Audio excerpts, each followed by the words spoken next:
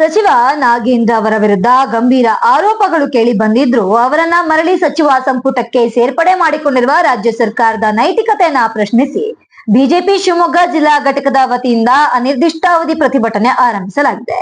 ಸಚಿವ ನಾಗೇಂದ್ರ ಅವರನ್ನ ಸಂಪುಟದಿಂದ ವಜಾಗೊಳಿಸುವವರೆಗೂ ಈ ಹೋರಾಟ ಮುಂದುವರಿಯಲಿದೆ ಎಂದು ಬಿಜೆಪಿ ಜಿಲ್ಲಾಧ್ಯಕ್ಷ ಜಗದೀಶ್ ಎಚ್ಚರಿಕೆ ನೀಡಿದ್ದಾರೆ.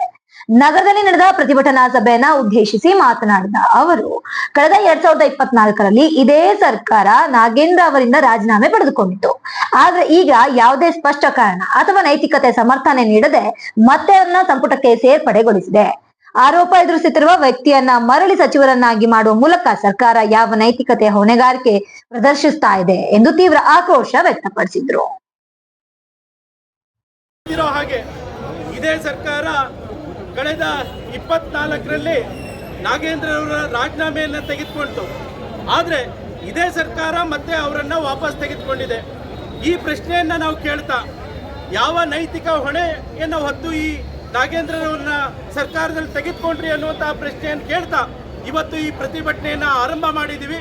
ಅವರ ರಾಜೀನಾಮೆ ಅಂದರೆ ಈ ಸರ್ಕಾರ ಅವರನ್ನು ವಜಾಗೊಳಿಸುವವರಿಗೆ ಈ ಪ್ರತಿಭಟನೆ ಮುಂದುವರಿಯುತ್ತೆ. ಅನಿರ್ದಿಷ್ಟ ಕಾಲ ಈ ಪ್ರತಿಭಟನೆಯನ್ನ ಭಾರತೀಯ ಜನತಾ ಪಾರ್ಟಿ ಇವತ್ತು ಮಾಡ್ತಾ ಇದೆ. ಕರೆಯ ಮೇರೆಗೆ ಈ ಪ್ರತಿಭಟನೆಯನ್ನ ನಾವು ಮಾಡ್ತಾ ಇದ್ದೀವಿ. ಧನ್ಯವಾದ.